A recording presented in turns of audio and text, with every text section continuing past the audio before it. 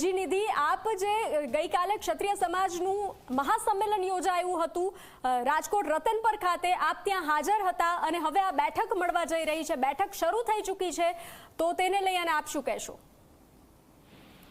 બિલકુલથી બંસી, આપણે જોયું છે કે ઘણા લાંબા સમયથી ક્ષત્રિય જે આખું આંદોલન ચાલી રહ્યું છે, આંદોલનને વેગ આપવાનો પ્રયત્ન કરવામાં આવ્યો.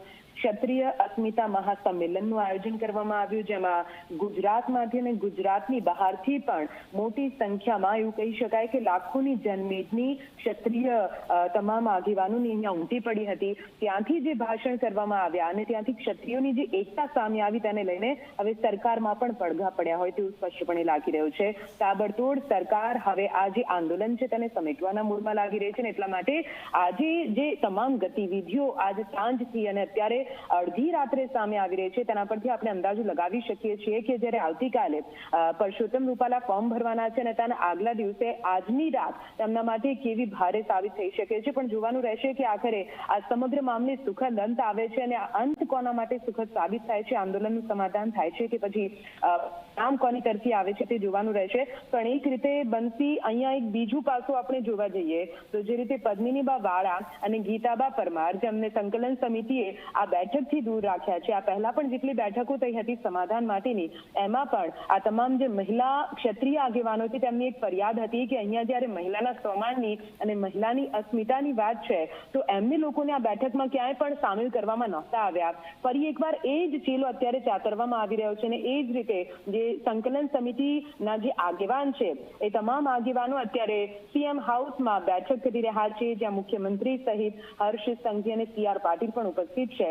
હવે આ સંકલન સમિતિ જો કોઈ સમાધાન કરીને આવે છે, જો પરસોત્તમ રૂપાલા ચૂંટણી લડે છે, તેમની ટિકિટ રદ કરવામાં નથી આવતી, તો શું એ સમાધાન જે ક્ષત્રાણીઓ છે તે સ્વીકારશે કે કેમ તેને લઈને સવાલ ઉઠી રહ્યા છે. કેમ કે ક્ષત્રાણીઓ પહેલા જ કહી ચૂકી છે કે તેમને પુરુષોત્તમ રૂપાલાની ટિકિટ રદ જ કરવાની છે, બીજું કોઈ જ ઓપ્શન, બીજો કોઈ જ વિકલ્પ તેઓ આપવા નથી માંગતા.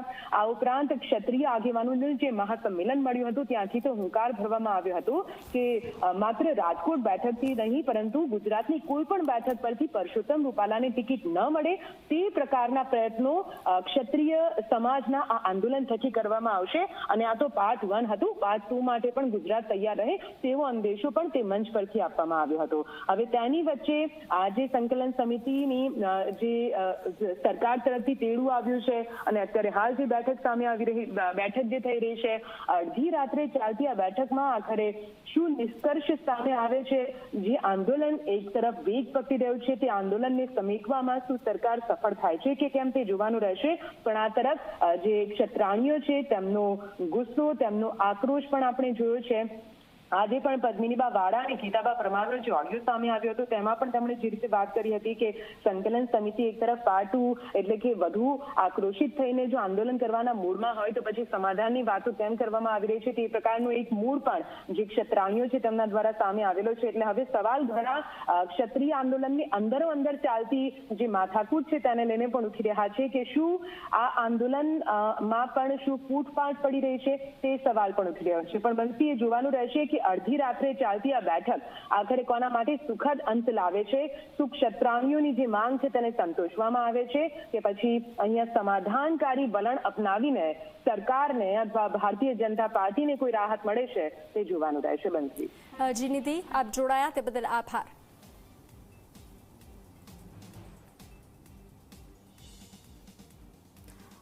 તો ઉદય રંજન જોડાયેલા છે આપણી સાથે. જી ઉદય, જે રીતે બેઠક શરૂ થઈ ચૂકી છે અને હવે આ બેઠકનો અંત શું આવશે તે તો જોવું રહ્યું, પણ હાલ કેવો માહોલ અને બેઠકને લઈ અને શું અપડેટ છે?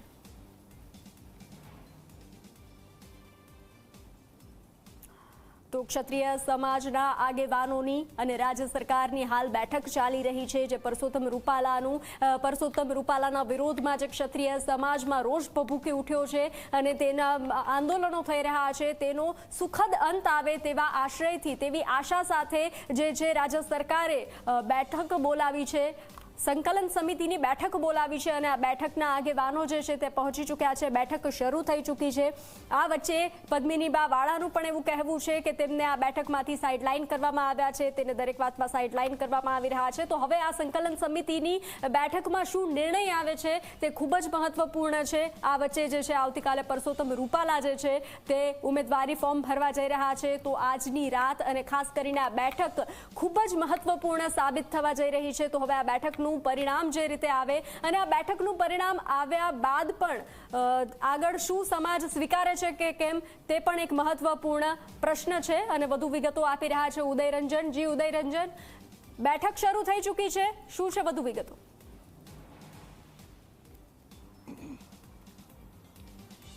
જો બંસી વાત કરવામાં આવે તો આ બેઠકની અંદર અત્યારે કુલ 15 આગેવાનો જે છે એ બેઠકની અંદર સામેલ છે, જેની અંદર 2 મહિલા આગેવાનો જે છે એનો સમાવેશ છે.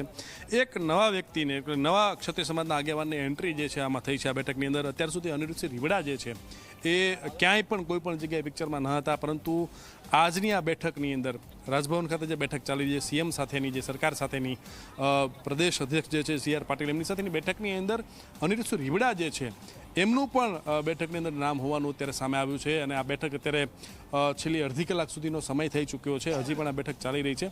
બેઠક ક્યારે પતે છે, ક્યારે પૂરી થાય છે, આજની આ રાત જે છે ક્ષત્રિય સમાજ માટે મહત્વની બની રહેશે, નિર્ણાયક બની રહેશે. આવતીકાલની સવાર જે છે એમના માટે શું લઈને આવે છે એ હવે જોવું રહ્યું આપણે.